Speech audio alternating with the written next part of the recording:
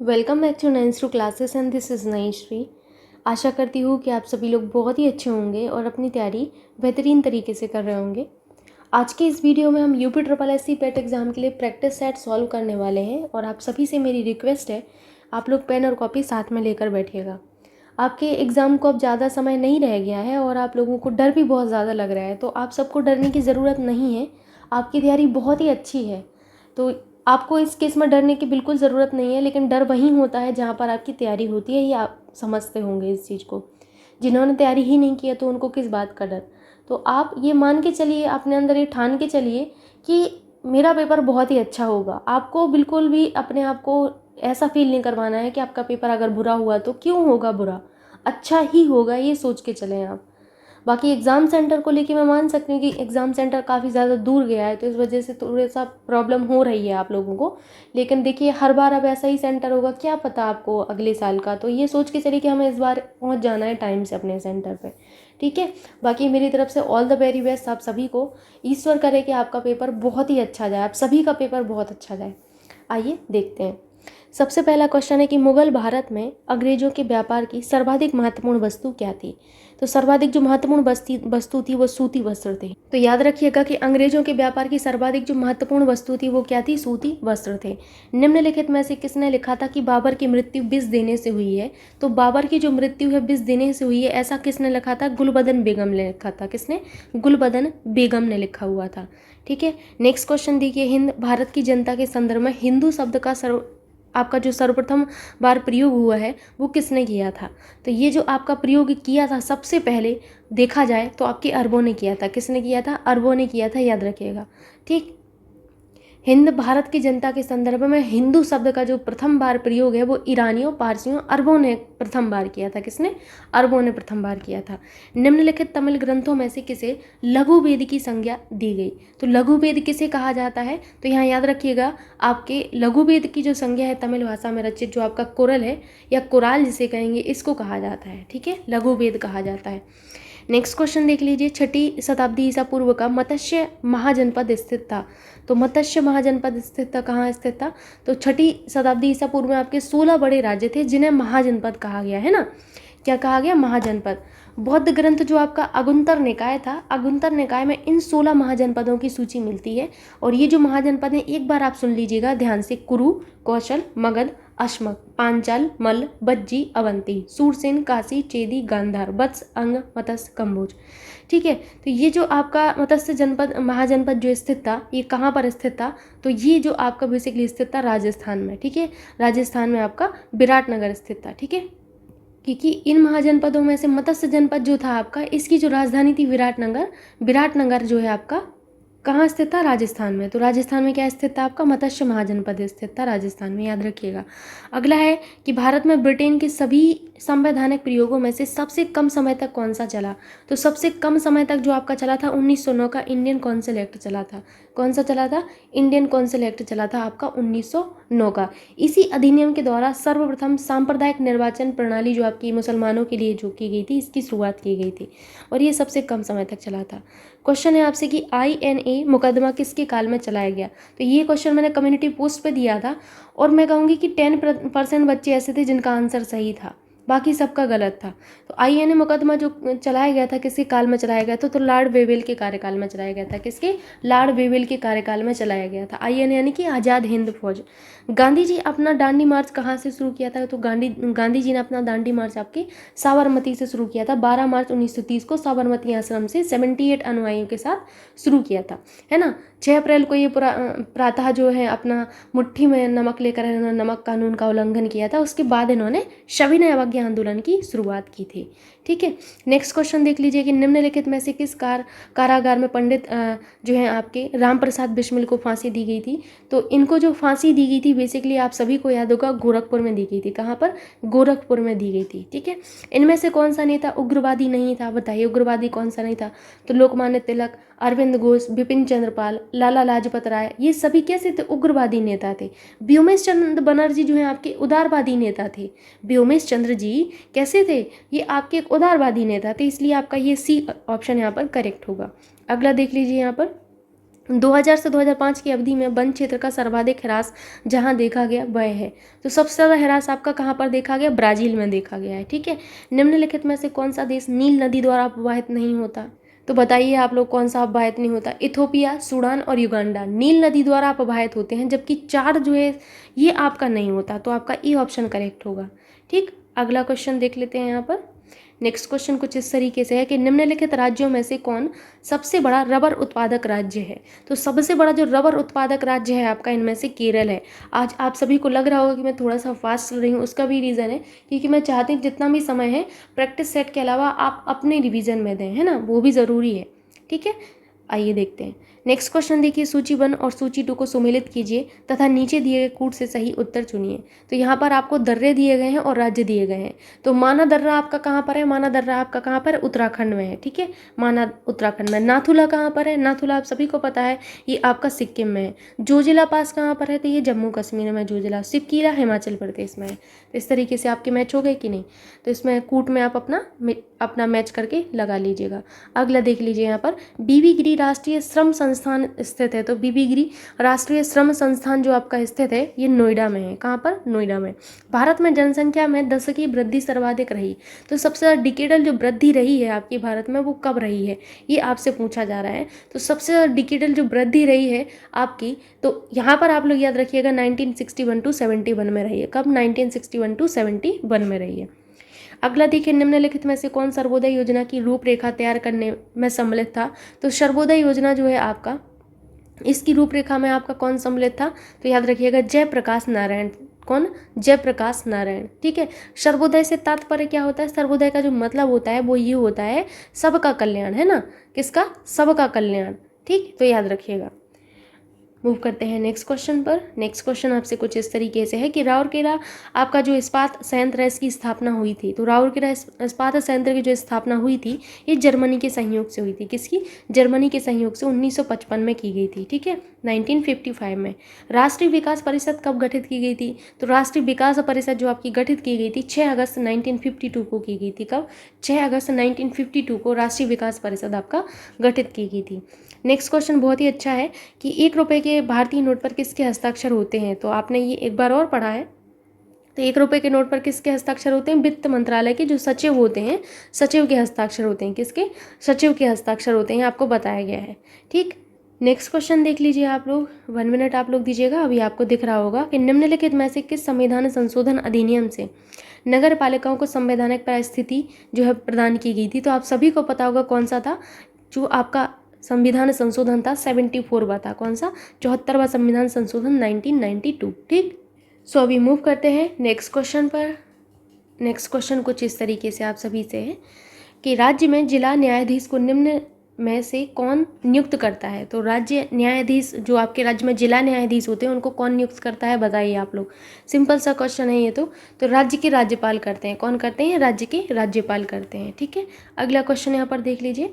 Question है कि भारत के किसी राज्य में विधान परिषद का सृजन अथवा उसकी समाप्ति की जा सकती है।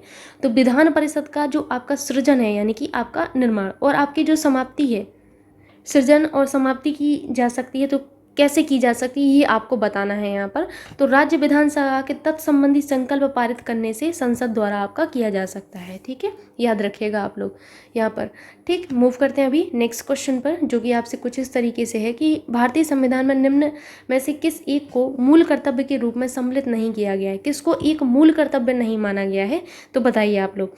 उन उच्च आदर्शों का आदर व पालन करना जिन्होंने हमारे राष्ट्रीय संग्राम को प्रेरित किया था। तो देखिए ये तो बिल्कुल सही दिया गया है। आपसे पूछा गया कौन सा सम्मिलित नहीं है।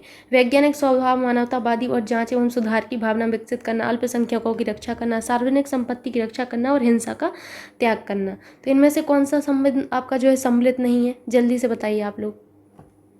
तो यहाँ पर आप देख रहे होंगे कि ऐसा कुछ नहीं बोला गया है हमसे, अल्पसंख्यकों की रक्षा से संबंधित कोई बात हमसे नहीं कही गई है ना, तो ये आपका गलत है। बाकी देखते हैं नेक्स्ट क्वेश्चन। नेक्स्ट क्वेश्चन कुछ इस तरीके से है कि भारतीय संविधान की 7वीं अनुसूची के अंतर्गत संघ सूची में निम्नलिखित में से किसका उल्लेख नहीं है। संघ सूची में किसका उल्लेख नहीं है ये पूछा गया है आपसे। तो यहाँ पर आपको पता होगा कि बीमा का है, बैंकिंग का है, जनगणना का है, लेकिन गैस का नहीं होता है ना। गैस का आपका जो है उल्लेख नहीं होता है। किसमें, संघ सूची में। संविधान में 12 अनुसूचियों में 7वीं जो अनुसूची है इसके अंतर्गत 3 भाग आते हैं, संघ सूची, राज्य सूची, संवर्ती सूची। संघ सूची में जो है अब वर्तमान में देखे जाएं तो 100 विषय हैं, राज्य सूची में 61 है, संवर्ती में 52 विषय हैं। ठीक है, संवर्ती सूची में आपका क्या क्या आता है, तो आपके संवर्ती सूची के विषय जो है महत्वपूर्ण है, जैसे आपका विवाह विच्छेद आता है ना, और क्या आता है आपका श्रम कल्याण आता है, शिक्षा आती है आपकी। ठीक, और अगर मैं बात करूं कि आपके जो है संघ सूची में क्या क्या आते हैं, तो संघ सूची में विदेशी कार्य जो होते हैं वो आते हैं, बैंक आता है, बीमा, करेंसी और सिक्के आता है, जनगणना आता है, और आपके जो है और जो कर आता है वो भी आता है। राज्य सूची में लोक व्यवस्था, पुलिस, लोक स्वास्थ्य, कृषि, वन, ये सब आते हैं। ठीक है, अगला देख लीजिए, यहाँ पर कुछ इस तरीके से क्वेश्चन है, सूची 1 को सूची 2 से सुमेलित कीजिए और सूचियों के निम्न नीचे दिए गए कूट में सही उत्तर चुनिए। ठीक है, तो यहाँ पर लिखा हुआ है आपका, उसको आपको मैच करना है। ठीक, जैसे पहला है तर्क रूप, तो तर्क रूप जो है इसका मिलान किससे होगा, मूली से होगा। किससे, मूली से होगा। कुंभी रूप का मिलान किससे होगा, सलजम से होगा। किससे, सलजम से होगा। शंकु रूप का मिलान किससे, गाजर से होगा। और कंदिल का डहेलिया से होगा। तो यहाँ पर आपने क्या मिलान किया, ए का 1 और आपका बी का 2, तो ए का 1 बी का 2, आप देख लीजिएगा इनमें से कौन सा सही है। ठीक है, अगला देखते हैं हम यहाँ पर। अगला कुछ इस तरीके से है, श्वसन में ऊर्जा उत्पादित होती है, बताइए श्वसन में ऊर्जा उत्पादित होती है किस तरीके से होती है, एटीपी के रूप में होती है। कैसे, एटीपी के रूप में होती है। एटीपी यानी कि एडिनोसिन ट्राइफॉस्फेट। ठीक है, वायुमंडल की जो ओजोन परत है, वायुमंडल की ओजोन परत, ये जो है आपकी बेसिकली पराबैंगनी विकिरण से पृथ्वी पर जीवन की रक्षा करती है, तो सी ऑप्शन करेक्ट होगा यहाँ पर। ठीक, अगला जो है सूची 1 को सूची 2 से सुमेलित करना है, फिर हमें कूट को चुनना है। आइए देखते हैं, कुछ इस तरीके से आपको दिया गया है, ये तो आप आसानी से कर सकते हैं।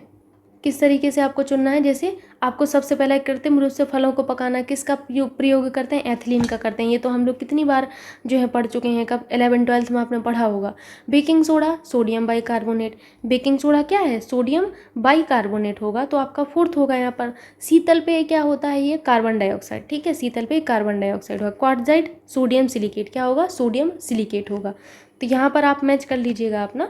अगला देखते हैं क्वेश्चन, दृष्टिपटल यानी कि रेटिना पर जो चित्र बनता है वो कैसा होता है, तो रेटिना पर जो चित्र बनता है वो बेसिकली आपका उस वस्तु से छोटा होता है व उल्टा होता है। क्या होता है, उस वस्तु से छोटा व उल्टा होता है, याद रखिएगा आप लोग। ठीक है, नेक्स्ट क्वेश्चन देखिए कि 2 अंकों की एक संख्या है, संख्या के अंकों का योग 11 है, यदि अंकों के स्थान आपस में बदल दिए जाते हैं तो संख्या 63 कम हो जाती है। ठीक है, संख्या ज्ञात कीजिए।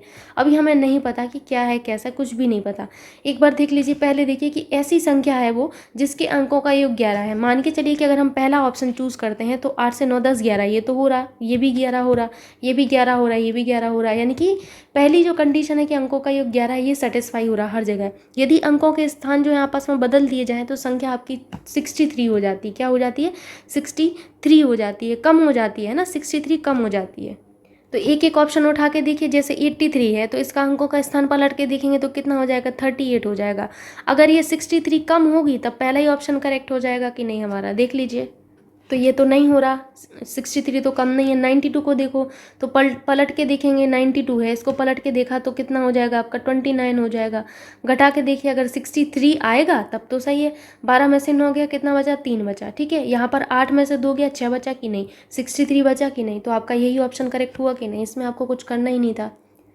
मूव करें अभी नेक्स्ट क्वेश्चन पर। नेक्स्ट क्वेश्चन भी आप लोग देख सकते हैं, सिंपल ही है, ऐसा कुछ नहीं है। यदि y का 90% x है तब x का कितना प्रतिशत y होगा, ये आपसे पूछा गया है। कह रहे हैं कि y का 90% x है। ठीक, पूछ रहे हैं तो x का कितना प्रतिशत y होगा, तो पहले आप इसको देख लीजिए। क्या करेंगे आप, आसानी से आपसे क्या पूछ रहे हैं, x का कितना प्रतिशत जो है आपका y होगा, ये पूछा जा रहा है आपसे, यही पूछा जा रहा है कि नहीं। अगर आप x/y निकाल लेंगे तो आपको जो है आसानी होगी इसको फाइंड करने में कि x का कितना प्रतिशत y है। तो यही तो मतलब हुआ कि x का कितना प्रतिशत y है, ये आपसे पूछा गया है कि नहीं। तो पहले अपन x/y निकाल लेते हैं, तो उसके बाद आप आसानी से निकाल लोगे। कैसे निकालोगे, एक बार आप फिर से समझ लीजिए अगर आपको दिक्कत हो रही है तो। जैसे यहाँ पर लिखा गया है कि y का 90% आपका क्या है, y का 90% आपको दिया गया है कि x है। अगर यहाँ से आपने x/y निकाल लिया, यानी कि x रेशियो आपने y निकाल लिया, तो आप यहाँ से आसानी से नहीं निकाल पाओगे कि x का कितना प्रतिशत y है ना। अगर यहाँ से आपने x/y निकाल लिया, x रेशियो y निकाल लिया, तो आप यहाँ से निकाल सकते हो कि x का कितना प्रतिशत y होगा। ठीक, तो पहले हमें क्या निकालना है, हमें निकालना है x अपॉन बाई। कैसे निकालेंगे हम, इस इधर से निकाल लीजिए, बाई 90 अपॉन यहाँ पर 100 हो जाएगा, इक्वल्स टू x हो जाएगा। तो यहाँ पर बाई अपॉन x आपको दिख रहा होगा, लेकिन आपको x अपॉन बाई चाहिए, तो x अपॉन बाई क्या होगा, सिंपल सी बात है, 9 अपॉन क्या होगा, 9 अपॉन 10 हो जाएगा कि नहीं, हुआ कि नहीं। तो आपने यहाँ पर कहा कि x अपॉन बाई की जो वैल्यू आई है 9 अपॉन 10 आई है, वेरी गुड। अब आपसे कहा गया कि x का, किसका, x का कितना प्रतिशत बाई है, तो मैंने कहा था x से x का, तो x आपका नीचे आ जाएगा, बाई आपका ऊपर आ जाएगा, मल्टीप्लाई बाई 100 कर लेंगे। ठीक, ये हुआ आपका जो है यहाँ से x अपॉन बाई निकालने का फ़ायदा। तो बाई आपने 10 रख देना है, x आपने कितना रख देना है, 9 रख देना है, मल्टीप्लाई बाई आपको 100 कर देना है। ये मैंने सिखाया है, जहाँ से भी दिया गया उसको आपको नीचे करना होता है। तो यहाँ से कितना आ जाएगा, आपको इसको सॉल्व कर लेना, वही आपका सही आंसर होगा। अगला क्वेश्चन देख लीजिए, इसकी वैल्यू आपको बतानी है। देख लीजिए, आपको जो दिया गया है पहले आप उसको बिल्कुल ध्यान से देखिए। ठीक, इसको मैं थोड़ा सा ऊपर यहाँ पर सॉल्व कर दे रही, कोई दिक्कत नहीं होगी आपको, आप आसानी से देख सकते हैं। देखिए यहाँ पर जैसे √9 लिखा है, तो आप उसको 3 लिख दीजिएगा, बाहर आके 3 हो जाएगा। ठीक, यहाँ पर रूट आपका कितना है, 8 है, 8 को एज इट इज़ लिख लीजिए। यहाँ पर आपका 9 है, मैंने क्यों 9 को बाहर लिया, क्योंकि देखिए यहाँ पर आपका 9 था, तो मैं सोच रही थी अगर मुझे कुछ ऐसा मिल जाए, a + b a - b मिल जाए, तो मैं आसानी से a² - b² लिख दूंगी उसको, इसलिए मैंने ऐसा किया है। तो यहाँ पर क्या है आपका 2 √18 है। √18 को आप थोड़ा सा आप ओपन करिए, √18 को आप क्या लिख सकते हैं, जैसे आपको नहीं समझ आ रहा तो आप यहाँ पर करके देख लीजिए, 2 9 18, 3 एकम 3 त्रिका 9, फिर 3 एकम 3 हो जाएगा। ठीक, यानी कि आप 2 × 3 × 3 लिख सकते हैं, यानी कि इसको क्या लिख सकते हैं आप, 3 को बाहर कर सकते हैं और √2 हो जाएगा। ठीक, तो आप 3 को जब बाहर करेंगे, तो यहाँ पर मैं आपको बता देती हूँ, 1 मिनट, आप लोग सीधा ही लिख सकते हैं, 2 पहले से बाहर था और आपने 3 को बाहर किया और √2 आपने लिख लिया, मैंने कुछ नहीं किया, बस उसको सरल करके लिखा है। अब आप इसको सॉल्व करिए, कितना हो जाएगा यहाँ पर, 9 - 3 √8, यही लिखा हुआ है कि नहीं, एक बार आप चेक कर लीजिए। 9 प्लस यहाँ पर कितना हो जाएगा, 6 √2 हो जाएगा। ठीक, अब आप √8 को सॉल्व करिए थोड़ा सा। √8 को आप क्या लिखेंगे, 2 चौका 8, 2 दूनी 4, 2 एकम 2, यानी कि 3 बार आप कितना लिखेंगे, 2 को 3 बार 2 लिखिए। 3 बार 2 का लिखने का मतलब क्या है, 2 × 2 × 2, यानी कि आप जो है इस 2 को बाहर निकाल सकते हैं। तो 2 √2 हो गया कि नहीं, 2 √2 हो गया। इसका मतलब क्या हुआ, यहाँ पर इस √8 को आप 2 √2 लिख सकते हैं। क्या लिख सकते हैं, 2 √2 लिख सकते हैं कि नहीं। इसका मतलब क्या हुआ, 3 का गुणा 2 में करेंगे तो 6 हो जाएगा कि नहीं। तो यहाँ पर देखिए 9 - 6 √8 लिख सकते हैं इसको आसानी से, और आपका बीच में जो आपको जो है कोई साइन नहीं है, फिर उसको 6 √2 आपका लिखा गया है। ठीक, और 1 मिनट, सॉरी, यहाँ पर मुझे √2 लिखना चाहिए था यहाँ पर। ठीक, एक बार आप आसानी से जो है इसको बिल्कुल एकदम मन से करके देखिएगा, तो आपको समझ में आ जाएगा, मैंने कुछ भी नहीं किया है, बस सरल किया है इसको। अब देखिए आप आसानी से यहाँ पर क्या लिख सकते हैं, ये a - b हो गया और ये आपका a + b हो गया, यही तो मैं चाहती, तो इसको हम a² - b² लिख सकते हैं कि नहीं, ये तो आप सभी को पता होगा। तो इसको a² - b² लिख सकते हैं, तो हम क्या लिख सकते हैं आसानी से, यहाँ पर 9 का स्क्वायर लिख सकते हैं, माइनस यहाँ पर 6 √2 का स्क्वायर लिख सकते हैं कि नहीं। ये कितना हो जाएगा, 81 हो जाएगा। अब ये अगर आपको समझ में नहीं आ रहा तो कैसे करते हैं हम, जैसे यहाँ पर 6 √2 का स्क्वायर यहाँ पर लिखा हुआ है, तो 6 × 6 हो जाएगा। ठीक है, √2 × √2 हो जाएगा, 6 चंग 36 हो जाएगा, और √2 का √2 में करते हैं तो 2 हो जाएगा, तो 72 आ जाएगा। 72 आप इसमें से घटा दीजिए, कितना होता है यहाँ पर, तो ये आपका देखिए सभी का सभी √ में है, इस चीज़ को मत भूल जाइएगा। √9 होगा कि नहीं, √9 का मतलब क्या है, 3 है, तो 3 आपका आंसर आ गया। ठीक, बस थोड़ा सा आपको देखना था, बाकी आप आसानी से कर सकते हो, कोई बड़ी बात नहीं है। एक कक्षा में 30 छात्रों का औसत भार 25 किलो है। यदि कक्षा अध्यापक का भार भी इसमें शामिल कर लिया जाए तो औसत 2 किलो बढ़ जाता है। कक्षा अध्यापक का भार कितना है। ये कितना सिंपल सा क्वेश्चन है, आप देखिए इसको ओरल कर सकते हैं। कैसे करेंगे, 30 छात्रों का औसत भार दिया है, तो आप 30 छात्रों का कुल वजन निकाल लीजिए। तो 30 गुणा क्या करेंगे आप, 25 कर देंगे, क्योंकि औसत में हम गुणा कर देते हैं नंबर ऑफ स्टूडेंट से। करते हैं कि नहीं, यही सीखा है अभी तक तो आप लोगों ने सीखा है। तो कितना हो जाएगा, 25 थी 75, 750 आ गया। कह रहे हैं कि इसमें अगर जो कक्षा अध्यापक को शामिल कर लिया जाता है, यानी कि 31 लोग हो गए अब कक्षा अध्यापक सहित, क्योंकि 30 तो छात्र हैं और एक अध्यापक आ गए, तो आपका जो औसत है वो 2 किलो बढ़ जाता है। 25 था, अब कितना हो जाएगा, 27 हो जाएगा।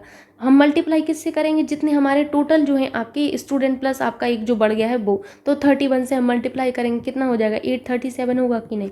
अब आप एक चीज़ बताइए, यहाँ पर आपको 31 लोगों का जो है कुल वजन दिया है, यहाँ 30 लोगों का दिया है, 31 भी का आपको निकालना है, अगर आप 837 में से 750 घटा देंगे तो क्या आपको यहाँ पर वजन नहीं मिल जाएगा कक्षा अध्यापक का? कितना आसान क्वेश्चन है, आप आसानी से कर सकते हो।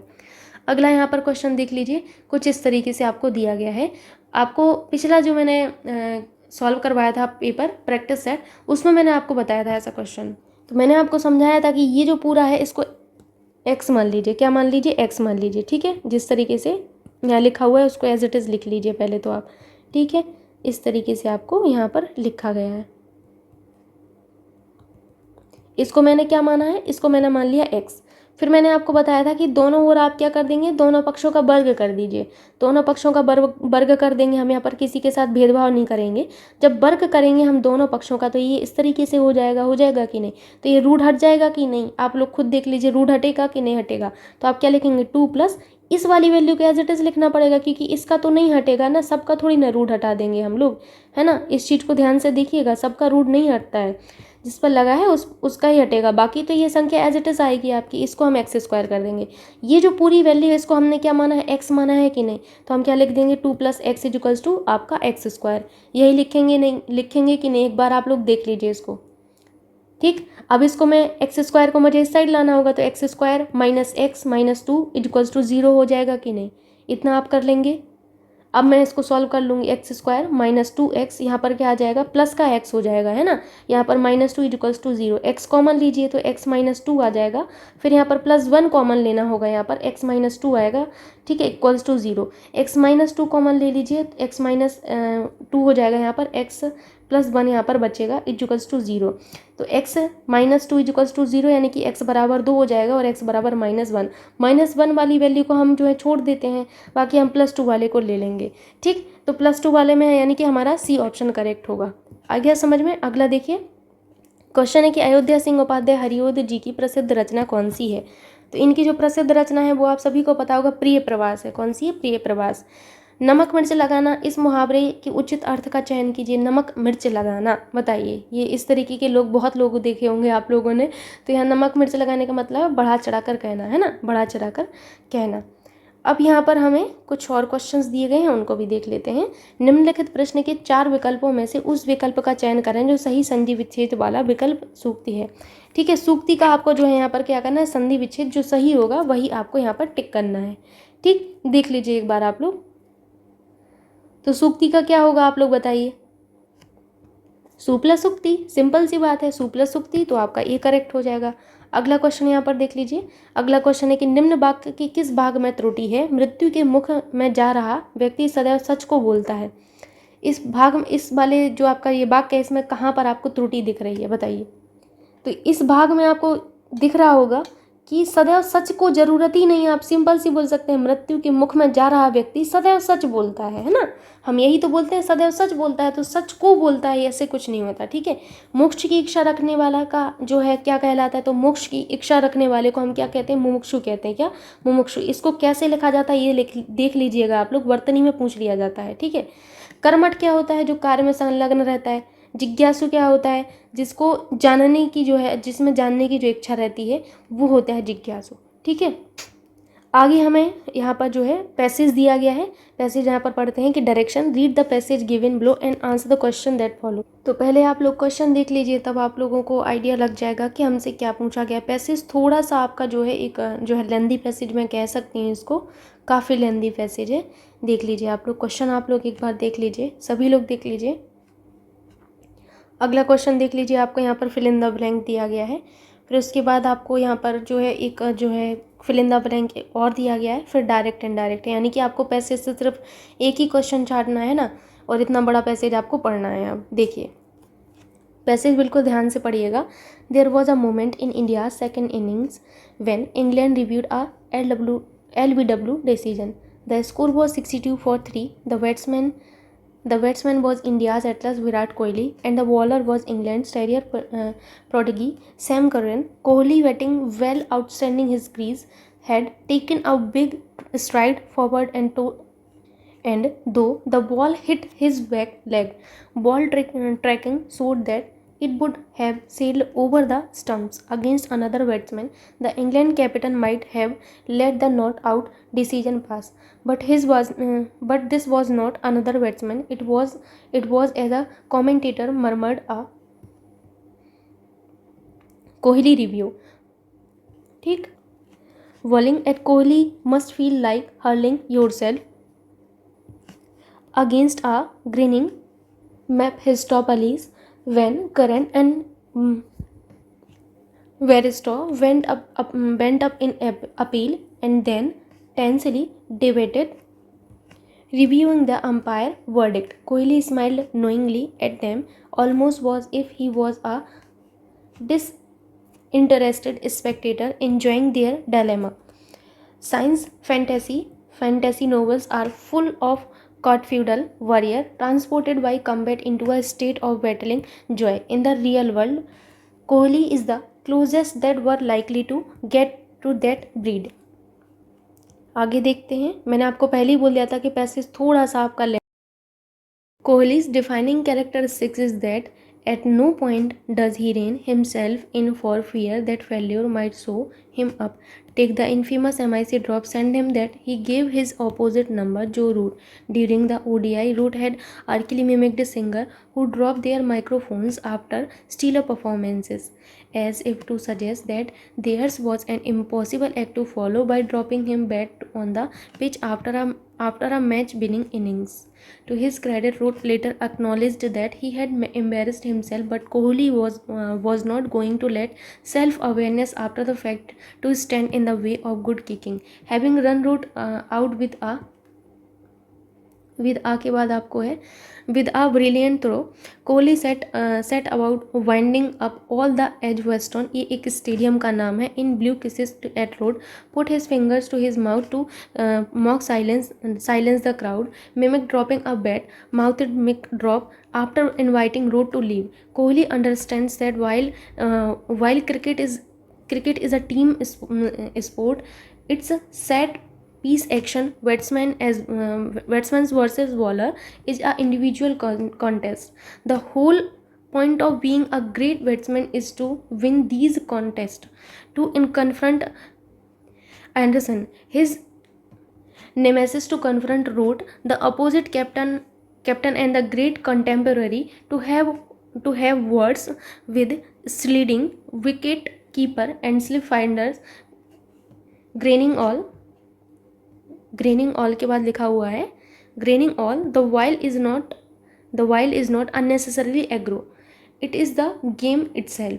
तो ये थोड़ा सा लंबा पैसेज था और यहाँ पर देखते हैं जो क्वेश्चन आपसे पूछा गया था, आप उसको देख लीजिए. यहाँ पर क्वेश्चन कुछ इस तरीके से आपके सामने है. 41वां क्वेश्चन कि what according to Virat Kohli is the key to becoming a great cricketer. बताइए तो इनमें से कौन सा आपका करेक्ट होगा जिस हिसाब से विराट कोहली के हिसाब से जो है आपका एक की हो सकता है ग्रेट क्रिकेटर के लिए. तो आप लोगों ने एक ही चीज़ पढ़ी कि he believed that while cricket is a team in sport, it's set piece action, batsman versus bowler is an individual contest that must be borne, है ना. तो ये आपका सी यहाँ पर करेक्ट होगा. अगला क्वेश्चन यहाँ पर कुछ इस तरीके से कि fill in the blanks with the correct prepositions. आपको करेक्ट प्रीपोजिशन बताना है. I tried dash relieve them dash their poverty.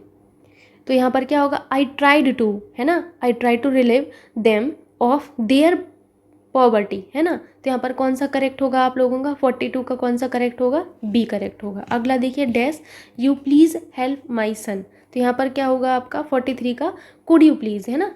क्या होगा, कुड यू प्लीज़ होगा यहाँ पर कि could you please help my son. तो यहाँ पर कौन सा आपका सी ऑप्शन करेक्ट होगा. अगला क्वेश्चन यहाँ पर देखिए कि choose the correct indirect form of the, यहाँ पर सेंटेंस का आपको इनडायरेक्ट फॉर्म चूज़ करना है. द पुलिसमैन सेड, आपको comma inverted comma, please move this car. जब भी इंग्लिश में आप पढ़ें तो ये पुलिसमैन इसको नहीं कहते हैं, इसको पुलिसमैन कहते हैं. क्या कहते हैं, पुलिसमैन. The policeman said. अब आपको इसको किस चीज़ में बदलना है, इनडायरेक्ट फॉर्म में बदलना है. किस में, इनडायरेक्ट फॉर्म में. तो यहाँ पर प्लीज़ है तो भाई रिक्वेस्टेड का आएगा भाव, है ना. तो द पुलिसमैन रिक्वेस्टेड मी क्या होगा, the policeman requested me to move the car, है ना, तो बी ऑप्शन यहाँ पर करेक्ट होगा। अगला देखिए कि select the active form of the following sentence, the wall is being build by the mason. तो ऑब्वियस सी बात है, आप लोगों को पता होगा कि यहाँ पर सब्जेक्ट का ऑब्जेक्ट, ऑब्जेक्ट का सब्जेक्ट कर देते हैं, तो the mason is building the wall होगा, सिंपल सी बात है ना, the mason is building the wall, तो आपका सी करेक्ट होगा यहाँ पर। ठीक, अगला क्वेश्चन यहाँ पर देख लीजिए, कुछ इस तरीके से आप लोगों को दिया गया है, यदि ऊपर दी गई श्रृंखला के दूसरे हिस्से को उल्टा कर दिया जाए तो नई श्रृंखला का इस्तेमाल करते हुए लुप्त पदों को ज्ञात कीजिए। आइए देखते हैं ये क्या कह रहे हैं, वो देखते हैं। पहले तो काउंट कर लीजिए कितने हैं, 1 2 3 4 5 6 7 8 9 10 11 12 13 14 15 16 17 18 19 20 21 22 22 है। इसका मतलब ये है कि हमें 11 को पलटना है, 11 को एज इट इज रखना है। 1 2 3 4 5 6 7 8 9 10 11 12 13 14 11 को आपको एज इट इज रखना है, तो 11 आपके कहाँ तक, यहाँ तक हो रहे हैं कि नहीं, फिर से गिन लीजिए, 2 2 4 और 2 6 और 2 8 और 2 10 और 1 11 हो रहा कि नहीं। तो इनको आपको एज इट इज ही रखना है, यानी कि 7 तक के नंबर को एज इट इज रखना है। कह रहे हैं दूसरे हिस्से को उलट दिया जाए, इस वाले हिस्से को उलट दीजिए आप, इस वाले को हिस्से को उलट के रखेंगे तो क्या बनेगा आपका, 1 बनेगा पहले कि नहीं। देखिए उलट के रखना है 1, फिर आपका एट द रेट आ जाएगा, सिंपल सी बात है। एट द रेट के बाद क्या आएगा, 1 एट द रेट क्यू आएगा, फिर एल आएगा, फिर इस तरीके से स्लैश आएगा, फिर आपका बी आएगा, बी के बाद एक्स आएगा, फिर प्लस आएगा, फिर बाई, फिर एन, फिर आपका M% आएगा, है ना। इसी तरीके से लिखेंगे कि नहीं लिखेंगे। तो आपसे पूछा जाए लुप्त पदों को ज्ञात करिए, हम लुप्त पदों को यहाँ पर ज्ञात कर लेंगे। आइए ध्यान से देखिएगा, थोड़ा सा आप ध्यान लगाइएगा यहाँ पर। जैसे यहाँ पर देखिए इन्होंने प्लस को इस तरीके से लिखा है, और आपका जो इधर पे ये परसेंट वाला है इसको हमने इस डॉलर वाले से व्यक्त किया है, और 2 को हमने 3 से व्यक्त किया है ना, किया है कि नहीं। यहाँ पर देख लीजिए आप लोग ज़रा, तभी समझ में आएगा। ठीक, अब कैसे आपको ये समझ में आएगा, प्लस आपको कहाँ दिख रहा है, प्लस देख लीजिए आप अपना, ये आपको प्लस दिख रहा है। प्लस को इन्होंने क्या लिखा हुआ है, प्लस को इन्होंने क्या लिखा है, इस तरीके से ये लिखा हुआ है, यानी कि किस तरीके से लिखा हुआ है, -3 करके, 1 2 3 -3 करके लिखा है कि नहीं। फिर आपको जो है यहाँ पर परसेंटेज को देखना है, परसेंटेज ये रहा आपका, परसेंटेज को इन्होंने डॉलर लिखा है, 1 2 3 -3 करके लिखा है कि नहीं।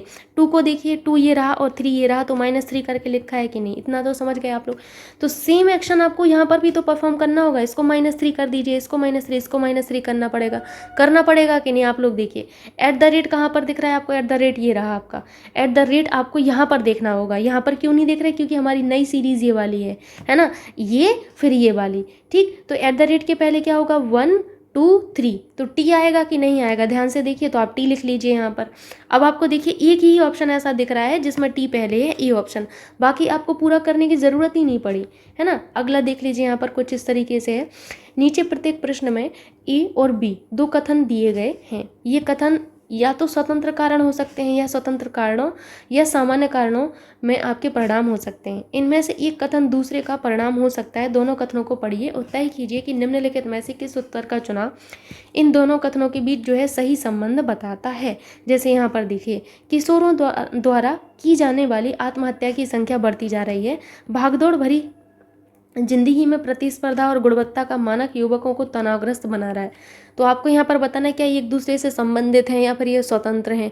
तो यहाँ पर एक चीज़ आपको समझ में आ रही है कि कारण बी हमारा कथन ए जो है उसका परिणाम है। पहले ऐसा होता है, पहले जो है स्ट्रेस होता है, उसके बाद जो है ये हम परिणाम होता है ना। तो इसमें आपने क्या देखा कि आपका जो है कथन बी कारण है, कारण क्या है, तनाव, उसके बाद ये सब होता है। तो आपका बी ऑप्शन यहाँ पर करेक्ट होगा। ऐसा कभी किसी को करना नहीं चाहिए, ठीक है। यहाँ पर आप इतनी मेहनत कर रहे हैं, ये सब काम अच्छे नहीं होते, लेकिन फिर भी यहाँ पर क्वेश्चन था। देखिए यहाँ पर यदि पाइप को इस तरीके से लिख सकते हैं तो स्वान को हम किस तरीके से लिख पाएंगे, इसका अंतिम अक्षर क्या होगा आपको ये बताना है। तो पहले हम देख लेते हैं पाइप को इन्होंने कैसा लिखा है, पाइप। तो यहाँ पर देखिए पाइप को ऐसे लिखा हुआ है, ई को इन्होंने 5 से लिखा है, पी को इन्होंने 6 से डिनोट किया है, और आई को इन्होंने किस से डिनोट किया होगा, पी को 16 से डिनोट करेंगे, है ना। आप देखिए ABCDE, ई हमारे कौन से नंबर पे, 5वें नंबर पे है कि नहीं। हमारा पी कौन से नंबर पे होगा, 16वें नंबर पर होगा कि नहीं। आई किसवें नंबर पर होगा, 9वें पे होगा कि नहीं। आई के बाद हमारा पी है, पी के बाद पी हमारा कौन से नंबर पे होगा, 16वें नंबर पर होगा कि नहीं। तो एस बताइए कौन से नंबर पे है। एस अभी अभी आपने जो है पी को देखा तो एस कौन से नंबर पे होगा, पी क्यू आर एस, तो 19वें पे होगा कि नहीं। डब्ल्यू कौन से पे होगा, 23rd पे होगा। ए तो पहले पर ही होता है। एन किस पर होता है, 14 पर होता है। पूछ रहे हैं आपसे अंतिम अक्षर क्या होगा, तो 4 होगा अंतिम, तो ये ऑप्शन यहाँ पर करेक्ट होगा। अगला यहाँ पर क्वेश्चन है कि सुबह के आपके 6:43 घंटे की सुई और मिनट की सुई के बीच बने न्यून कोण की माप जो है आपकी कितनी होगी, ये आपको बताना है। ठीक, तो मैंने आप लोगों को एक लाइन का जो एक फॉर्मूला बताया था, एक ही लाइन आपको याद करने को बताया था मैंने कि बीच का कोण अगर निकालना हो कभी भी तो 30h प्लस क्या करते हैं 30h प्लस m/2, और इस तरीके से आपको बीच में लगाना होता है और 6m लिखना होता है। बोला था कि नहीं आप लोगों को।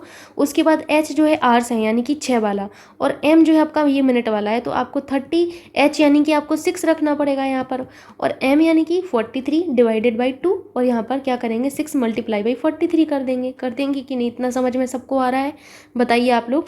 तो यहाँ पर क्या होगा 6 दूनी 12 36 18 हो जाएगा, 180 होगा कि नहीं। प्लस यहाँ पर क्या होगा 43 डिवाइडेड बाई 2 करेंगे तो कितना हो जाएगा आपका 21.5 होगा कि नहीं। 43 मल्टीप्लाई बाई 6 करिए तो कितना आ जाएगा 258 होता है कि नहीं। इन दोनों को जोड़ लीजिए, अब आप लोग जोड़िए और इसमें से आप घटा लीजिए, जोड़िए जल्दी से आप लोग। 201 होगा कि नहीं, 201.5 माइनस आपको यहाँ पर क्या करना होगा। अब आपको देखिए दिख रहा है 258, कौन सा बड़ा है, ये वाला बड़ा है, तो इसमें से घटाना पड़ेगा इस वाले को, है ना। अभी आप ये नहीं कह सकते कि माइनस जो है कहाँ पर होगा, मतलब इसमें से ये घटाएंगे या फिर बाद वाले में से पहले को घटाएंगे, जो बड़ा होगा उसमें से आपको घटाना है। तो बड़ा वाला आपका क्या है 258 है, तो 258 में से घटा लीजिए, कितना हो जाएगा आपका 56.5 आएगा कि नहीं। तो यही तो आपका करेक्ट आंसर है। कौन सा आंसर सही होगा जल्दी से देख के बताइए, अब आप आसानी से कर सकते हो, 3rd ऑप्शन। अगला यहाँ पर क्वेश्चन देखिए, निर्देश आपको दिए गए हैं कि दिए गए कथनों को सत्य मानिए भले ही वे सामान्यतः मान्य तथ्यों से भिन्न प्रतीत होते हों, और उनके आधार पर तय कीजिए कि कौन से निष्कर्ष कथनों का तार्किक रूप से अनुसरण करते हैं। देखिए जैसे यहाँ पर कह रहे हैं कि सभी गुड़िया उपहार हैं, सभी उपहार खिलौने हैं। कह रहे हैं सभी की सभी गुड़िया क्या है, उपहार है, तो आपने मान लिया ये गुड़िया है, ये क्या है, गुड़िया है। सभी की सभी गुड़िया क्या है, उपहार हैं, क्या है, उपहार हैं, ठीक है। और सभी उपहार क्या है, खिलौने हैं, ये आपसे कहा जा रहा है, क्या है, खिलौने हैं, ठीक है भाई, खिलौने हैं। अब आप निष्कर्ष देखिए, सभी उपहार खिलौने हैं, देख लीजिए सभी के सभी उपहार क्या हैं, सभी के सभी उपहार देखिए खिलौने हैं कि नहीं है, ये इसी के अंदर आ रहा है, खिलौने के अंदर कि नहीं। तो पहला तो करेक्ट हो गया। कह रहे हैं कुछ खिलौने उपहार हैं, तो कुछ खिलौने आपके क्या हैं, कुछ खिलौने आपके उपहार हैं, ये भी सही है। और सभी उपहार जो है आपके क्या है, खिलौने हैं, तो ये दोनों ही आपके यहाँ पर करेक्ट हुए कि नहीं, दोनों पालन करते हैं। देखिए ये जो आपको यहाँ पर सीखना होगा, इसके लिए प्रॉपर चैप्टर पढ़ना होता है, तभी आपको समझ में आएगा। ठीक, जिनको आ रहा होगा वो यहाँ पर मान सकते हैं कि भाई इसको पढ़ने के लिए ज़रूरत होती है, तो आपका बी ऑप्शन यहाँ पर करेक्ट होगा। अगला देख लीजिए, उत्तर प्रदेश के आपके जो है किस विश्वविद्यालय को जो है पूर्व का ऑक्सफोर्ड के नाम से जाना जाता था। तो ये जो आपका विश्वविद्यालय कौन सा है, तो याद रखिएगा कि इलाहाबाद विश्वविद्यालय है। और यहाँ पर अगला क्वेश्चन है कि भारत में 30 जनवरी को किस दिवस के रूप में मनाया जाता है। तो सबको पता होगा शहीद दिवस के रूप में मनाते हैं ना, शहीद दिवस के रूप में मनाते हैं। महात्मा गांधी की गोली मारकर हत्या कर दी गई थी 30 जनवरी 1948 को। ठीक, अगला क्वेश्चन है आप सभी से, प्रसिद्ध संगीतकार उस्ताद बिस्मिल्लाह खां किस संगीत वाद्य यंत्र से संबंधित हैं। तो ये मैंने आपको बताया हुआ है किस संगीत वाद्य यंत्र से संबंधित हैं। तो इनका संबंध शहनाई से है। किससे, शहनाई से। फ्लाई एश क्या है, तो फ्लाई एश आपका क्या होता है, एश के लघु कण होते हैं ना।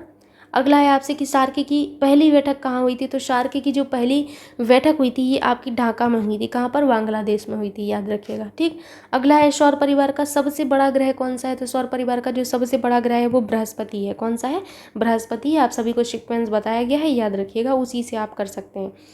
अगला आपसे क्वेश्चन ये दिया गया है कि किस समिति ने त्रिस्तरीय पंचायती प्रणाली की अनुशंसा की।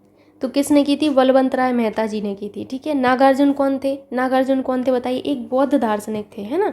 अगला यहाँ पर क्वेश्चन देख लीजिए, नशीली दवाओं के दुरुपयोग और अवैध तस्करी के खिलाफ अंतर्राष्ट्रीय दिवस जिसे विश्व ड्रग दिवस के रूप में मनाया जाता है, जिसे संयुक्त राष्ट्र द्वारा 26 जून को मनाया गया, इसका थीम यानी कि विषय आपको बताना है क्या था। तो इसका जो थीम था बेसिकली था स्वस्थ और आपके स्वास्थ्य और मानवीय संकटों में नशीली दवाओं की चुनौतियों का समाधान। ठीक, अगला क्वेश्चन देखिए, हाल ही में अंतर्राष्ट्रीय नाविक दिवस कब मनाया गया। तो अंतर्राष्ट्रीय नाविक दिवस आपका 25 जून को आपका मनाया गया। हाल ही में भारत ने VLSRSAM सतह से आपका जो है हवा में मार करने वाली मिसाइल का सफल परीक्षण आपका जो है कहाँ किया है, ये बताना है कि कहाँ पर किया गया है इसका परीक्षण। तो इसका जो परीक्षण है वो ओडिशा में किया गया। कहाँ पर? ओडिशा में। अगला क्वेश्चन देख लीजिए कि हाल ही में अंतरिक्ष स्टार्टअप पारिस्थितिकी तंत्र पर एक राष्ट्रीय सम्मेलन का उद्घाटन कहाँ हुआ है? तो इसका जो उद्घाटन हुआ है वो आपका न्यू दिल्ली में हुआ है। हाल ही में अत्याचार के पीड़ितों के समर्थन में अंतर्राष्ट्रीय दिवस कब मनाया गया? तो अत्याचार से पीड़ित जो आपके लोग हैं इनके समर्थन के लिए जो दिवस मनाया गया है वो याद रखिएगा आपका 26 जून को। कब? 26 जून को। नेक्स्ट क्वेश्चन देख लीजिए, 19 जून 2022 को किस देश ने आपका जूननतीस फेस्टिवल मनाया गया? तो जूननतीस फेस्टिवल आपका कहाँ पर मनाया गया बताइए। तो ये करंट में शायद आप लोगों ने पढ़ा होगा कि जूननतीस फेस्टिवल कहाँ पर सेलिब्रेट किया गया है। तो ये बेसिकली आपका कहाँ सेलिब्रेट किया गया? अमेरिका में। ठीक है। और 18 जून 2022 को किस राज्य में मुख्यमंत्री मातृशक्ति योजना और पोषण सुधा योजना शुरू की गई? तो ये कहाँ पर शुरू की गई है? तो याद रखिएगा गुजरात में। कहाँ? गुजरात में। नेक्स्ट क्वेश्चन देख लीजिए यहाँ पर कि जून 2022 को कौन अंतर्राष्ट्रीय फुटबॉल इतिहास में संयुक्त पांचवें आपके जो है सबसे ज़्यादा गोल करने वाले खिलाड़ी बन गए हैं? तो कौन बन गए हैं? याद रखिएगा क्रिस्टियानो रोनाल्डो बन गए। हाल ही में किस देश के तट पर दुनिया का सबसे बड़ा पौधा खोजा गया? तो ये जो आपका पौधा खोजा गया है ये आपका ऑस्ट्रेलिया में खोजा गया है। कहाँ पर? ऑस्ट्रेलिया में खोजा गया है। ठीक। नेक्स्ट क्वेश्चन देखते हैं यहाँ पर। क्वेश्चन है, हाल ही में खबरों में रहा ऑपरेशन संकल्प किस सशस्त्र बल से संबंधित है? तो ऑपरेशन संकल्प का जो संबंध है भारतीय नौसेना से। किससे है?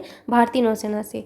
राष्ट्रपति चुनाव 2022 के लिए भाजपा के नेतृत्व वाली सत्ताधारी एनडीए ने किसे अपना उम्मीदवार घोषित किया?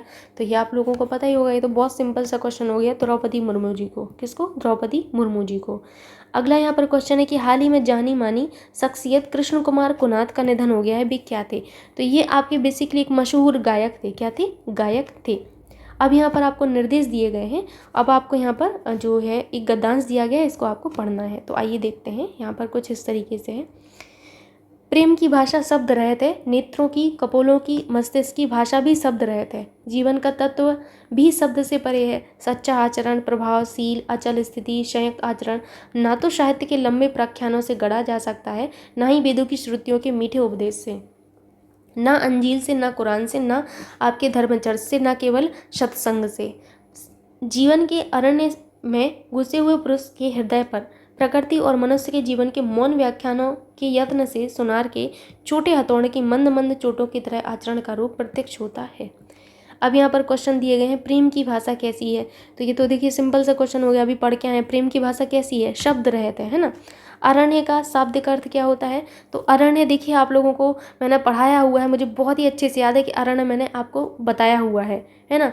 तो अरण्य क्या होता है बताइए? अरण्य का शाब्दिक अर्थ होता है जंगल, पर्यायवाची में बताया जंगल, है ना, याद रखिएगा। अगला है यत्न से आशय है। यत्न से क्या आशय होता है? तो यत्न से आशय होता है आपका क्या होता है? प्रयास होता है। ठीक, याद रखिएगा। तरह तरह के यत्न किए, यानी कि तरह तरह के प्रकार प्रयास किए। आप लोगों ने सुना होगा, कई लोग बोलते हैं हमने तरह तरह के यत्न किए, है ना। गद्यांश में किसकी जो है महिमा का वर्णन है? तो गद्यांश में जो महिमा का वर्णन किया गया है किसकी?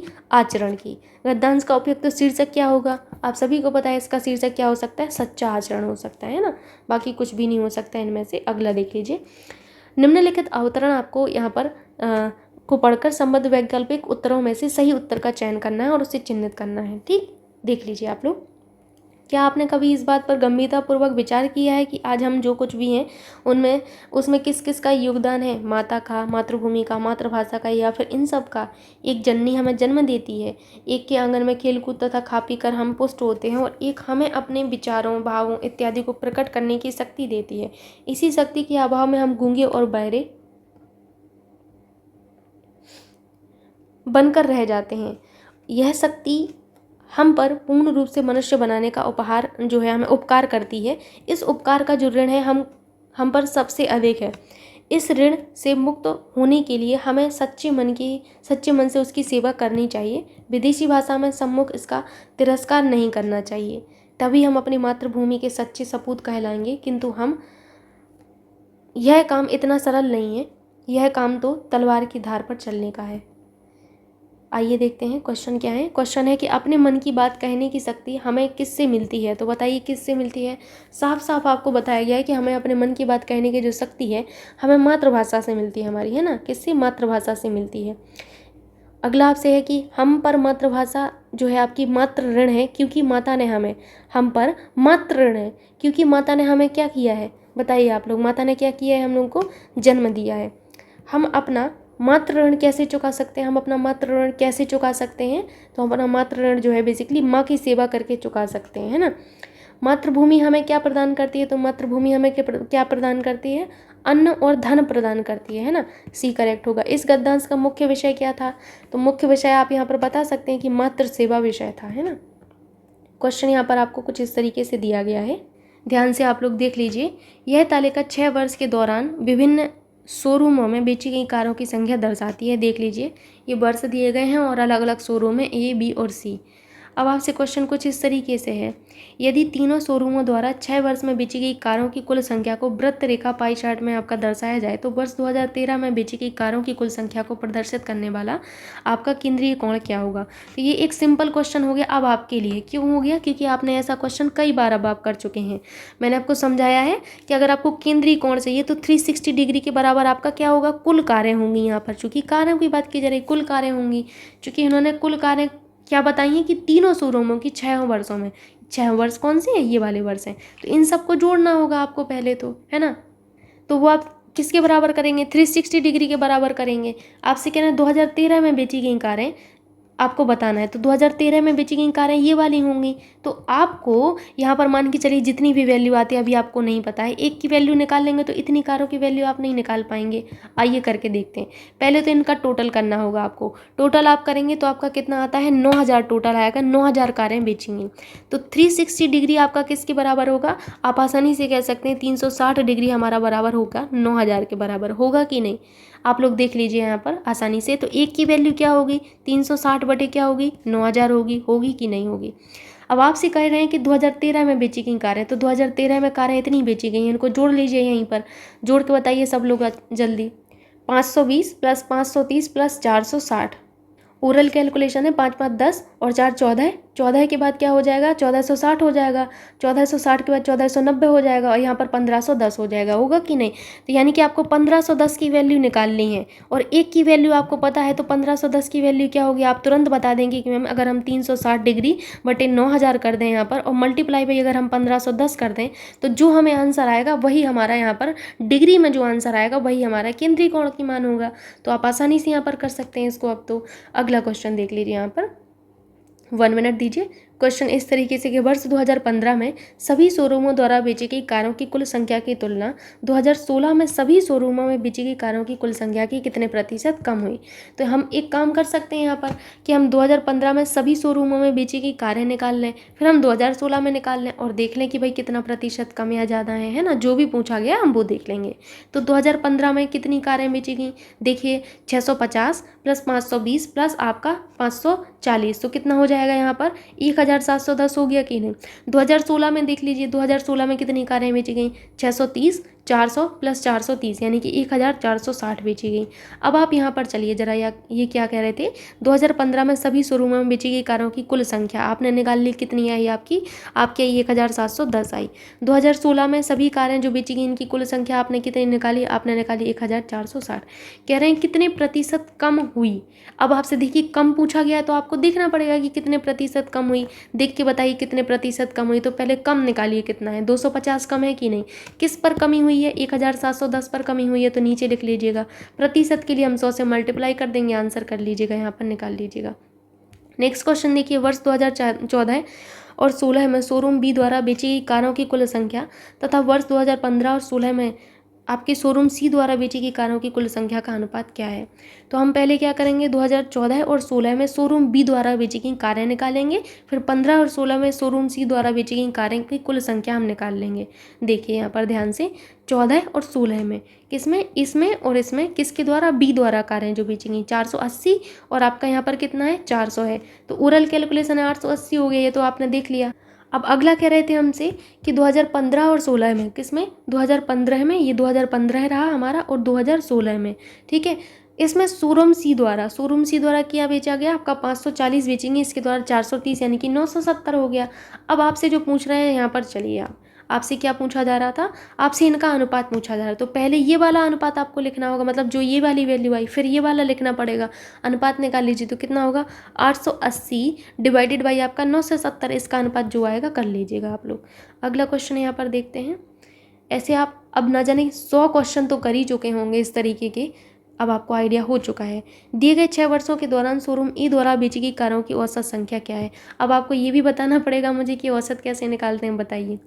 ये देखिए, शोरूम ई द्वारा आपकी जो कारें बेची गई हैं सभी वर्षों में कितनी बेची गई हैं, 500 plus 480 plus 520 plus 620 plus 650 plus आपके 630 जोड़ दीजिएगा। डिवाइड किससे करिएगा, 1 2 3 4 5 6 वर्ष है तो 6 से डिवाइड कर दीजिएगा आप लोग, ठीक है। अब आपको यहाँ पर औसत निकालना था, आसानी से कर सकते हैं। अगला देख लीजिए, उसी देखो सभी वर्षों में शोरूम बी और सी द्वारा बेची गई कारों की संख्या का अंतर आपको बताना है। किसके द्वारा, सभी वर्षों में बी और सी ने जो है कारें बेची जो हैं उनका अंतर आप बताइए। तो यहाँ पर आपको मैं बता देती हूँ, आप आसानी से कर सकते हैं। बी ने इतनी कारें बेची हैं, सी ने इतनी कारें बेची हैं, आप अंतर यहाँ पर नहीं बता पाएंगे, बताइए आप लोग। आसान है कि नहीं, इसमें से आप इसका टोटल करिएगा, इसका टोटल कर लीजिएगा, घटा लीजिएगा, ठीक आ जाएगा आपका। अंतर ही तो करना था आपको। अगला क्वेश्चन देख लीजिए। नेक्स्ट जो क्वेश्चन है कि निम्न प्रश्नों के उत्तर देने के लिए निम्नलिखित सारणी का ध्यानपूर्वक अध्ययन कीजिए। आइए अध्ययन करते हैं। इस तरीके से आपको सारणी दी गई है, पहले क्वेश्चन देख लीजिए आप लोग। क्वेश्चन है कि वर्ष 2005 में सभी कॉलेजों में मिलाकर विद्यार्थियों की कुल संख्या कितनी है, सभी 5 वर्षों में। आप सोच सकते हैं सभी 5 वर्षों में पूछ रहे हैं। आई एम सो सॉरी, 2005 में है ना, 2005 में सभी कॉलेजों में, मैंने सोचा कि सभी वर्षों में, तब तो ये बहुत टफ कैलकुलेशन हो जाती, इतना सारा ये जोड़ना पड़ता। इन्होंने बोल दिया 2005 में, तो 2005 में ये रहे आपके 2005 में सभी कॉलेजों में, यानी कि सभी कॉलेज तो ये हुए ना 2005 में, तो इन्हीं का आपको जोड़ करना पड़ेगा। यही आपका क्या होगा, कुल संख्या आ जाएगी। सिंपल सी बात है, सिर्फ इन्हीं का जोड़ करना है, सबका नहीं करना है। अगर सभी वर्षों में कहते तब आपको सबका करना पड़ता, ठीक। अगला क्वेश्चन देख लीजिए। पिछले वर्ष की तुलना में 2007 में कॉलेज टी के विद्यार्थियों की संख्या में कितने प्रतिशत वृद्धि हुई है, ठीक है। तो 2007 की बात कर रहे हैं, पिछला वर्ष क्या होगा इसका, 2006 होगा। तो 2006 में हमें टी में संख्या देखनी पड़ेगी, 2007 में टी में। अब आप सोच रहे होंगे टी में ही क्यों देख रहे हैं, क्योंकि तुलना तो हम इसी की टी से कर रहे हैं, तब हम वृद्धि और कमी निकाल पाएंगे। अगर कुछ भी होता है या वृद्धि या कमी, तो हमें उस केस में क्या करना पड़ेगा, टी से ही निकालना पड़ेगा। 2007 में कॉलेज टी में देख लीजिए, 2007 ये रहा, और टी में आपने देखा ये रहा आपका, कितना रहा आपका 2250। कह रहे हैं पिछले वर्ष की तुलना में, तो पिछला वर्ष कौन होगा, 2006 होगा कि नहीं। तो ये है पिछले वर्ष का डेटा आपका 2180। आइए यहाँ पर रख के देख लीजिए, पिछले वर्ष का आपका कितना आया है डेटा, 2180 आया है, और इस वर्ष का यानी कि 2007 का आपका 2250 आया है। बता रहे हैं, पूछ रहे हैं कितने प्रतिशत वृद्धि हुई है, बताइए कितने की वृद्धि हुई है, 70 की वृद्धि हुई है। वृद्धि किस पर हुई होगी, 2180 पर होगी, तब जाके ये आपका कितना बनेगा, आपका 2250 मल्टीप्लाई बाई 100, ये आपका आंसर आ जाएगा, ठीक।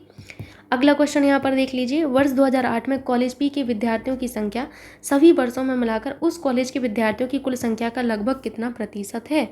तो कॉलेज आपके कह रहे हैं कि 2008 में कॉलेज पी में, तो 2008 को देखिए आप लोग पहले, 2008 ही रहा।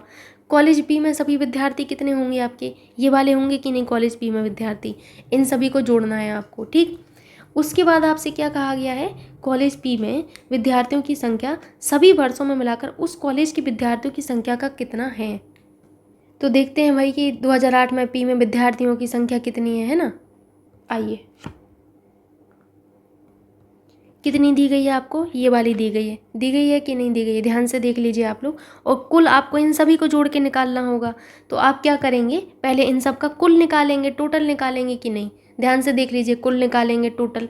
तो यहाँ पर मैं आपको बता देती हूँ, जैसे यहाँ पर बोला गया है कि 2008 में कॉलेज पी के विद्यार्थियों की संख्या उन सभी वर्षों में मिलाकर आपके जो है उस कॉलेज के विद्यार्थियों की कुल संख्या का लगभग कितना प्रतिशत है।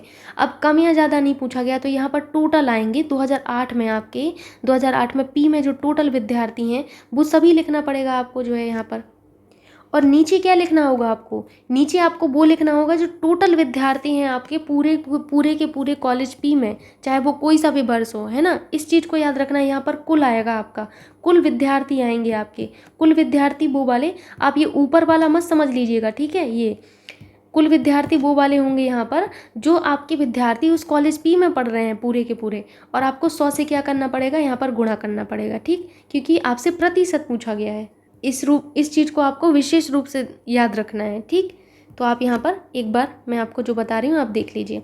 जैसे मैंने कहा 2008 में इतने हैं, तो आप ऊपर क्या लिखेंगे 2540, यही तो बताया है।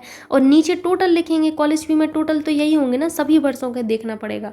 इन सभी का टोटल यहाँ पर आप लिख लेंगे, टोटल जितना भी आएगा मल्टीप्लाई बाई 100 कर लीजिएगा, यही आपका आंसर होगा। समझ गए होंगे आई होप आप इस चीज़ को। अगला देखिए कि वर्ष 2006 और 2009 में कॉलेज एस में विद्यार्थियों की कुल संख्या और इन्हीं वर्षों में कॉलेज यू में विद्यार्थियों की कुल संख्या के बीच का अनुपात कितना है। ठीक, तो पहले हम क्या करेंगे 2006 और 2009 में कॉलेज एस में विद्यार्थियों की संख्या देखेंगे, फिर 2006-2009 में यू में कुल विद्यार्थियों की संख्या देखेंगे और अनुपात देख लेंगे। ठीक है, आइए देखते हैं। तो पहले देखिए 2006 और 2009 को, ये 2006 रहा, ये 2009 रहा। इसमें एस में विद्यार्थियों की संख्या कितनी है, तो एस में आपका कितना है, ये रहा इसमें, और आपके 2009 में कितना है, ये रहा। इनका टोटल कितना होगा 4700 आपका 30 हो जाएगा। ठीक, अगला आपसे कह रहे हैं कि 2006 और 2009 में यू में ये रहे और कहाँ पर है, ये रहे, है ना, 2009 में ये रहे, इन दोनों का टोटल कितना आएगा 4700 आएगा। क्या आप इसका अनुपात नहीं निकाल पाएंगे? आसानी से कर सकते हैं आप। तो आप लोग इतना क्वेश्चन कर चुके हैं ना, अब आइडिया लग गया होगा आप लोगों को किस तरीके से करना है। वर्ष 2004 में सभी कॉलेजों में विद्यार्थियों की औसत संख्या कितनी है, किसमें, वर्ष 2004 में कह रहे हैं आपसे, तो वर्ष 2004 को आप देख लीजिए। ठीक, ये रहा आपका वर्ष 2004 का। तो इन सभी को जोड़िएगा, डिवाइडेड बाई क्या करेंगे 1 2 3 4 5 6, तो 6 से आपको डिवाइड करना होगा। ठीक, ये आप कर सकते हैं आसानी से, कोई बड़ी बात है नहीं इसमें, आप लोग औसत निकाल सकते हैं। औसत निकालने में कोई आपको मशक्क़त नहीं करनी है ना। अगला देखिए यहाँ पर दंड आरेख दिया गया है, 2011 से 2016 तक आपको सोयाबीन के आयात क्विंटल में यहाँ पर दर्शाया गया है। आइए देखते हैं क्वेश्चन क्या है हमसे। क्वेश्चन कुछ इस तरीके से है आपसे, दिए गए वर्षों के लिए सोयाबीन का औसत आयात क्या होगा क्विंटल में। ठीक है, आइए देखते हैं। औसत कैसे निकालते हैं आप सभी को पता है ना।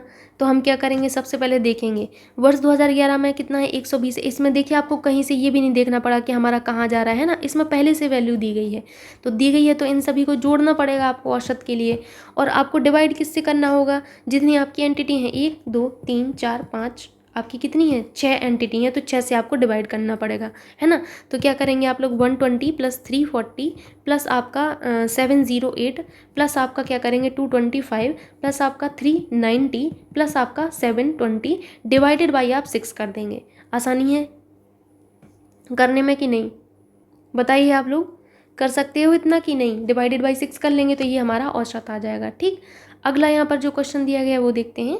वर्ष 2011 की तुलना में वर्ष 2012 में सोयाबीन में कितनी आपके जो प्रतिशत की वृद्धि हुई है। आइए देखते हैं, ये थोड़ा सा आप समझ सकते हैं कि ये थोड़ा सा ठीक ठाक क्वेश्चन मिला, बाकी इतना टफ तो नहीं है। 2011 को देख लीजिए आप लोग, ठीक है, और किस में कह रहे थे वर्ष 2012 में, तो कितना की आपकी वृद्धि हुई है, तो आप बताइए कितने की वृद्धि हुई है 220 की वृद्धि हुई है। किस पर 120 पर वृद्धि हुई है, मल्टीप्लाई बाई 100 कर लेंगे, जितना आएगा आप अपना आंसर टिक कर लीजिएगा। ठीक है, आसान है कि नहीं, सब लोग कमेंट करके बताइए आसान है कि नहीं है। अगला क्वेश्चन आप देख लीजिए, कितने वर्षों में सोयाबीन का आयात जो है दिए गए वर्षों में सोयाबीन के औसत आयात से आपका अधिक है। तो औसत आयात आपने पहले वाले क्वेश्चन में निकाला था, ठीक है, तो औसत आयात के लिए मैंने आपको बताया था किस तरीके से करना है। तो आप जब करके देखेंगे तो आपका 417.16 आपका औसत आयात आता है। अब कह रहे हैं कितने वर्षों में सोयाबीन का आयात जो है दिए गए वर्षों के औसत आयात से अधिक है। तो हम देखते हैं भैया कितने वर्षों में ऐसा हुआ है। आइए देख लीजिए कौन से वर्ष में हुआ है, इसमें तो नहीं हुआ, इसमें भी नहीं हुआ। देखिए ये में इसमें ज़्यादा है, इसमें भी नहीं है, और ये वाला भी इसमें भी आपको ज़्यादा नहीं दिख रहा होगा, है ना, ये भी नहीं है, सिर्फ ये वाला है। यानी कि 2 आपको मिले अभी तक जिनमें आपका औसत से ज़्यादा है। औसत 417 था, इससे तो ज़्यादा ही है ना ये दोनों, तो 2 आपके ऐसे वर्ष हैं। तो यहाँ पर आपको क्या टिक करना पड़ेगा, 2 आपके वर्ष ऐसे हैं, यानी कि डी। नेक्स्ट क्वेश्चन देखिए, वर्ष 2015 में सोयाबीन का आयात वर्ष 2012 में सोयाबीन की आयात का कितना प्रतिशत है। तो आप क्या करेंगे, वर्ष 2015 बोला गया है उसमें देख लीजिए, और जो आपको 2012 है जो बोला गया है 2012 को देख लीजिए। 2015 में दिया गया है आपका कितना 390, 2012 में कितना दिया गया है, 2012 में देखिए आपका कितना है 340। अब आप जो है वैल्यू को यहाँ पर ले चलिए, क्योंकि ये इस ऐसे करेंगे तो आपका गलत होने के चांसेस घट जाएंगे कि 2015 में सोयाबीन का आयात 2012 में सोयाबीन की आयात से पूछा गया है ना। तो आपका क्या होगा 390/340 होगा कि नहीं, प्रतिशत पूछा गया तो 100 से मल्टीप्लाई कर लीजिएगा। ठीक, अगला क्वेश्चन देखिए, दिए गए वर्षों में 2012 और 2011 और 12 का 2014 और 15 में सोयाबीन की आयात में अनुपात क्या है। तो ये कितना सिंपल सा क्वेश्चन है, जोड़ वाला क्वेश्चन है बिल्कुल आपसे। क्या कहा गया है कि 2011 और 12 में सोयाबीन का कुल आयात कितना होगा, 120 प्लस 340 कितना होता है, 460 होता है कि नहीं। 2014 और 2015 में आपका कुल आयात कितना होगा, 225 प्लस 390 कितना होगा आपका, 615 होगा कि नहीं। 615 का 460 से अनुपात नहीं आप कर पाएंगे, आसान है कि नहीं। अब आप आसानी से कर सकते हो, ठीक। तो ये क्वेश्चन भी हो गया। अब आपका नेक्स्ट क्वेश्चन देखते हैं। यहाँ पर क्वेश्चन आपको कुछ इस तरीके से दिया गया है कि नीचे दिए गए दंड चित्र में एक दुकान में 6 प्रकार के जूतों के भंडार आपको दर्शाए गए हैं। ये कुछ इस तरीके से दर्शाए गए हैं, देख लीजिए। अब आपसे पूछा ये जा रहा है कि S6 सभी जूतों की कुल जो संख्या का है कितना प्रतिशत है। तो आइए देखते हैं कितना है। तो पहले तो कुल जूते निकालना होगा, क्योंकि पूछ रहे हैं कुल जूतों का कितना प्रतिशत है। S6 कुल जूतों का, तो यहाँ टोटल आ जाएगा। यहाँ पर 100 से मल्टीप्लाई करेंगे, टोटल क्या होगा, 220 plus 210 plus 120 plus 90 plus 60 plus 300, यही होगा कि नहीं। तो ये कितना आएगा, 1000 आता है, ठीक है। 1000 आएगा कि नहीं। S6 में कितने हैं, S6 में आपके 300 हैं, तो क्या होगा आपका 300 बटे 1000 गुणा आपका क्या हो जाएगा, 100 हो जाएगा। यही तो आपका प्रतिशत आएगा। अगला क्वेश्चन देख लीजिए। बहुत सिंपल क्वेश्चन मिले आज आपको, कल क्वेश्चन अच्छा मिला था आपको। सभी 6 प्रकार के जो आपके जूते हैं इनका औसत संख्या क्या होगा। क्योंकि आपने टोटल निकाला है 1000 है और आपके 6 प्रकार के जूते हैं कि नहीं, तो 1000 बटे क्या कर देंगे आप, 6, यही तो औसत हो जाएगा आपका। अगला आपसे क्वेश्चन है कि S6 जो है S3 का कितना प्रतिशत है। आइए देखते हैं। S6 जो है, नहीं, आपसे S4 S3 से पूछा जा रहा है। S3 जो है आपका, तो पहले आप वैल्यू रीड कर लीजिए, ठीक है। S4 कितना दिख रहा है आपको, 90 दिख रहा है। S3 कितना दिख रहा है, 120 दिख रहा है। अब यहाँ पर आप जाके वैल्यू रख लीजिए। कह रहे हैं S4, तो S4 की वैल्यू कितनी है आपकी, 90 है। S3 की वैल्यू कितनी है, 120 है। तो S4 S3 का, तो मैंने समझाया है जिसका, तो उसको आप नीचे कर दीजिए, S3 को नीचे, S4 को ऊपर। आपको प्रतिशत में बताना है, 100 से मल्टीप्लाई। सिंपल सी कैलकुलेशन है। S4 कितना है, 90 है। S3 कितना है, 120 है। मल्टीप्लाई बाई 100 कर लीजिए। अगला क्वेश्चन देखिए। S2 S5 से कितने प्रतिशत अधिक है। अब अधिक पूछा गया है तब आपको यहाँ पर घटाना पड़ेगा, है ना। तो आप देख लीजिए। पहले देखेंगे S2 में जूते कितने हैं, 210 हैं। फिर S5 में पूछा गया तो S5 में 60 हैं। तो आपने कहा कि भाई S2 में हमारे 100 जो है हमारे कितने हैं, 210 हैं। S5 में हमारे 60 हैं। तो आप देखिए यहाँ पर जिस तरीके से बोला गया S2 S5 से कितने प्रतिशत अधिक है। तो S2 आपने कितना निकाला, 210। S5 आपने कितना निकाला, 60। कितना अधिक है बताइए। तो आप कहेंगे 150 अधिक है। किस पर अधिकता हुई है, 60 पर अधिक है। मल्टीप्लाई बाई 100, ये आपका आंसर आ जाएगा, ठीक। अगला देख लीजिए कि S2 S1 प्रकार की जूतों की संख्या से कितना प्रतिशत कम है, ठीक। तो S2 और S1 देख लीजिए पहले। S2 में कितने हैं आपके, 210 हैं। S1 में कितने हैं, 220 हैं। आइए देखते हैं, ठीक। S2 में कितने आए थे आपके जूते, 210 आए थे। S1 में कितने आए थे आपके जूते, 220 आए थे। कितने हैं आपके यहाँ पर, आपको दिख रहा है कितना प्रतिशत आपके जो है कम है। तो आप कहेंगे 10 कम है। किस पर कम है, 220 पर कम होंगे 10 कम, तब जाके आपका क्या बनेगा, 210 बनेगा। प्रतिशत के लिए 100 से मल्टीप्लाई कर लेंगे, जो आपका आंसर आएगा टिक कर लीजिएगा। सो ये रहा आज का आपका प्रैक्टिस सेट। मैं आशा करती हूँ कि आपको समझ में आया होगा।